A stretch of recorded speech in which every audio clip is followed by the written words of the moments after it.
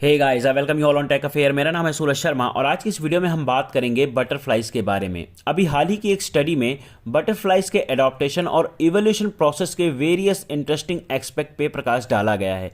कहने का मतलब अभी जो हाल की स्टडी हुई है उसमें बताया गया है कि बटरफ्लाइज जो है वो कितनी तेज़ी से इवॉल्व करती हैं अदर दैन जो हमारे अन्य स्टेट्स की बटरफ्लाई हैं। स्पेशली हम बात करेंगे वेस्टर्न घाट के बारे में। आगे बढ़ने से पहले मैं आप सभी से एक प्रश्न पूछूंगा और इस प्रश्न के माध्यम से मैं आपको समझाने का प्रयास करूंगा।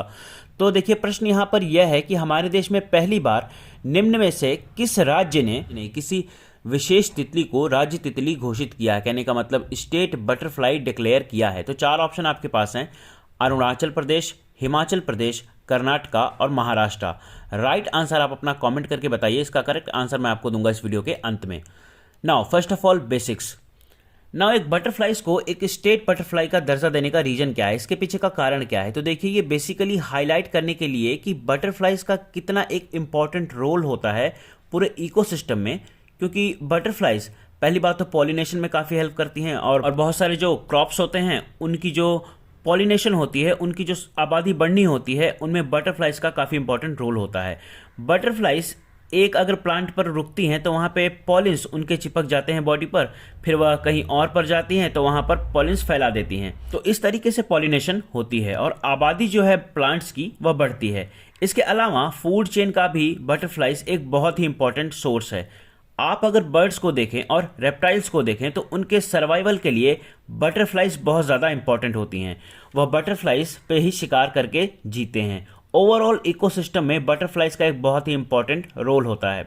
इसके अलावा सिंस बटरफ्लाइज इतनी ज़्यादा खूबसूरत होती हैं तो ओवर द ईयर बहुत सारे आर्टिस्ट को इसने इंस्पायर भी किया है। बहुत सारे फ्रेंच आर्टिस्ट, जर्मन आर्टिस्ट और वेस्टर्न घाट पर आते हैं। उन्होंने इस बटरफ्लाइज पर काफ़ी कविताएं भी लिखी हैं, काफ़ी बार इनका मेंशन भी किया है। आपको बहुत सारी पेंटिंग्स भी मिलेंगी रिगार्डिंग द तमिल योमान। तमिल योमान जो है तमिलनाडु की एक स्टेट बटरफ्लाई है। तो इन सब चीज़ों को देखते हुए तमिलनाडु की सरकार ने इसको स्टेट बटरफ्लाई का भी दर्जा दिया है। और ऐसा है कि जो स्टेट बटरफ्लाई की जो इम्पोर्टेंस है वह तमिलनाडु गवर्नमेंट ने ही एक्नॉलेज नहीं करी है, बल्कि इससे पहले बहुत सारी स्टेट्स हैं जो यह मान चुकी हैं और मानती हैं कि बटरफ्लाइज आर वेरी इंपॉर्टेंट, और उन्होंने भी स्टेट बटरफ्लाई का कॉन्सेप्ट अडॉप्ट किया था। सबसे पहले किया था महाराष्ट्र ने। पूरे देश में सबसे पहले स्टेट बटरफ्लाई का जो कॉन्सेप्ट है वह इंट्रोड्यूस किया था महाराष्ट्र ने। उनकी जो स्टेट बटरफ्लाई है वह है ब्लू मॉर्मॉन। और राइट, तो यह महाराष्ट्र ने किया था 2015 में। और यहाँ पर आप देख सकते हैं द हिंदू का एक आर्टिकल है, महाराष्ट्र गेट्स स्टेट बटरफ्लाई। और उस वक्त बहुत सारे स्टेट एग्ज़ाम और वेरियस और सेंटर के एग्ज़ाम होते हैं, वहाँ पर क्वेश्चन में भी ये आया था। तो महाराष्ट्र के बाद उत्तराखंड ने किया था और उत्तराखंड की स्टेट बटरफ्लाई है कॉमन पीकॉक। नाम पीकॉक है मगर बटरफ्लाई है। तो आप इसको गूगल करके देखेंगे तो आप देख पाएंगे कि बहुत ही ज़्यादा खूबसूरत बटरफ्लाई है यह। और फिर आता है कर्नाटका। कर्नाटका की स्टेट बटरफ्लाई है द सदर्न बर्ड विंग, यह कर्नाटका की है। और फिर इसके बाद आता है केरल, और केरल की जो स्टेट बटरफ्लाई है वह मालाबार बैंडेड पीकॉक, या फिर इसको हम बुद्धा बटरफ्लाई भी कह सकते हैं। तो इन सब स्टेट्स की एक खुद की स्टेट बटरफ्लाई है। और आप देखेंगे कि जो सारी स्टेट्स हैं इनका डायरेक्ट रिलेशन है वेस्टर्न घाट से। वेस्टर्न घाट में आपको बहुत सारी इंपॉर्टेंट बटरफ्लाइज की स्पीसीज मिलेंगी। यहाँ पर आप देखेंगे कि वेस्टर्न घाट को मैंने कैसे मार्क कर रखा है। ये महाराष्ट्र है, ठीक है, फिर यहाँ पे कर्नाटका है, फिर यहाँ पे केरला, और यहाँ पर तमिलनाडु में भी वेस्टर्न घाट का काफ़ी इंपॉर्टेंट रोल है। तो आप अगर ओवरऑल स्टेट्स को देखें तो उत्तराखंड को छोड़कर सारी जो स्टेट्स हैं वो वेस्टर्न घाट में इन्वॉल्व हैं, और इसीलिए इन्होंने स्टेट बटरफ्लाई का जो कॉन्सेप्ट है वह इंट्रोड्यूस करा है। मैं आशा करता हूं कि आप अब स्टेट बटरफ्लाई का जो कॉन्सेप्ट है वह प्रॉपर समझ गए होंगे। अब जो ये इवोल्यूशन का प्रोसेस है, कहने का मतलब जो रीसेंट स्टडी आई है बटरफ्लाइज के इवोल्यूशन और एडाप्टेशन को लेकर, इसके बारे में मैं आपको बताता हूं। तो यह स्टडी कर्नाटक के पश्चिम घाट में तितलियों की कई प्रजातियों और उनके इमिटेटिंग ट्रेट्स पर की गई है। और आगे बढ़ने से पहले मैं आपको एक और इम्पॉर्टेंट पॉइंट बता देता हूं। आप इसे याद रखेंगे तो आपको आगे की चीज़ें समझने में आसानी होगी। स्वादहीन, जिसको इंग्लिश में बोलते हैं अनपैलेटेबल, इसको प्रतिरूप यानी मॉडल्स कहा जाता है। ध्यान रखिएगा, पैलेटेबल यानी स्वादहीन को मॉडल्स यानी प्रतिरूप कहा जाता है, और स्वादिष्ट को यानी पैलेटेबल को अनुहारक यानी मिमिक्स कहा जाता है। इस पॉइंट को आप याद रखिएगा तो आप आगे की चीज़ों को समझ पाएंगे। नाउ अब इस स्टडी के जो इम्पॉर्टेंट पॉइंट हैं, जो हाईलाइट पॉइंट हैं, उनको मैं आपको बताता हूं। तो देखिए, तो फर्स्ट ऑफ ऑल ये जो फाइंडिंग हुई है ना, इसको 3 कैटेगरीज में डिवाइड किया गया है। आपको एक एक करके मैं बताता हूं। सबसे पहली तो है मॉडल स्पीसीज, यानी वे स्पीसीज जो प्रेडेटर यानी परभक्षियों के लिए टॉक्सिक होती हैं, यानी विषैली होती हैं। उसके बाद आता है बैट्सियन मिमिक्री स्पीसीज। ये वह स्पीसीज हैं जो प्रेडेटर से बचने के लिए अनपैलेटेबल प्रजातियों जैसे ट्रेट्स यानी लक्षण विकसित करती हैं। उसके बाद आता है non mimetic species.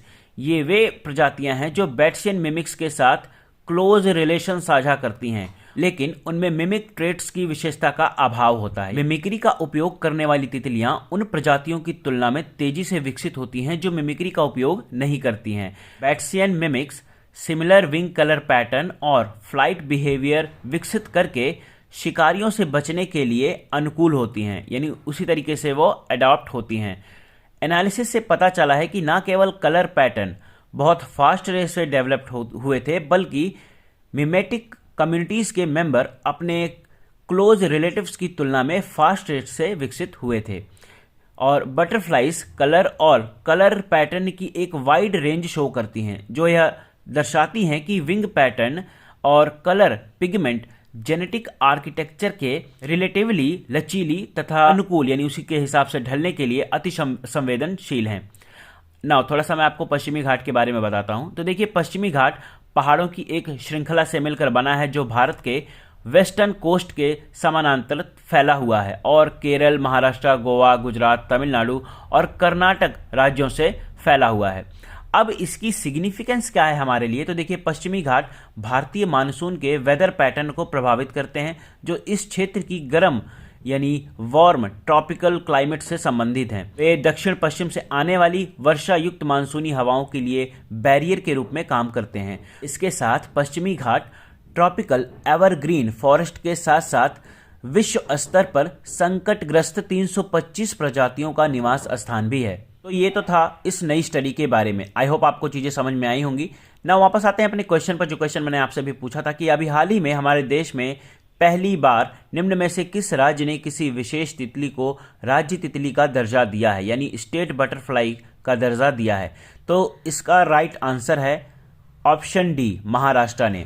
Now Maharashtra state butterfly वाला देश का पहला राज्य बन गया है। इसने ब्लू मॉर्मोन, जिसे हम पेपिलियो पॉलिमनेस्टर के नाम से भी जानते हैं, इसने ब्लू मॉर्मोन को स्टेट बटरफ्लाई डिक्लेयर किया है। यह आमतौर पर सदर्न बर्डविंग के नाम से जानी जाने वाली टाइराइड्स मिनोस के बाद भारत की दूसरी सबसे बड़ी तितली है। यह केवल श्रीलंका, महाराष्ट्र के पश्चिमी घाट, दक्षिण भारत और देश के तटीय क्षेत्रों में पाई जाती है। चमकीले नीले धब्बों के साथ इसके मखमली और काले पंख होते हैं। तो आई होप ये लेक्चर आपके लिए हेल्पफुल रहा होगा। जितनी भी चीज़ें मैंने आपको बताई हैं आपको प्रॉपर समझ में आई होंगी। अगर आपका फिर भी कोई डाउट है तो आप कमेंट सेक्शन के माध्यम से डिस्कस कर सकते हैं। इसके साथ ही अगर आपको इस लेक्चर की पीडीएफ चाहिए तो आप डिस्क्रिप्शन में जाइए, टेलीग्राम चैनल का लिंक आपको वहाँ पे मिल जाएगा। चैनल को ज्वाइन कर लीजिए, वहाँ पर आपको सभी लेक्चर्स की पीडीएफ मिल जाएंगी। ऑल्सो आप मुझसे कनेक्ट कर सकते हैं मेरे सोशल मीडिया हैंडल्स पर, जिनके लिंक आपको डिस्क्रिप्शन में मिल जाएंगे, लिंक्डइन, ट्विटर और इंस्टाग्राम के। सो अगर आप इस चैनल पर नए हैं, चैनल को सब्सक्राइब कर लीजिए। Thank you for watching this. Have a great day.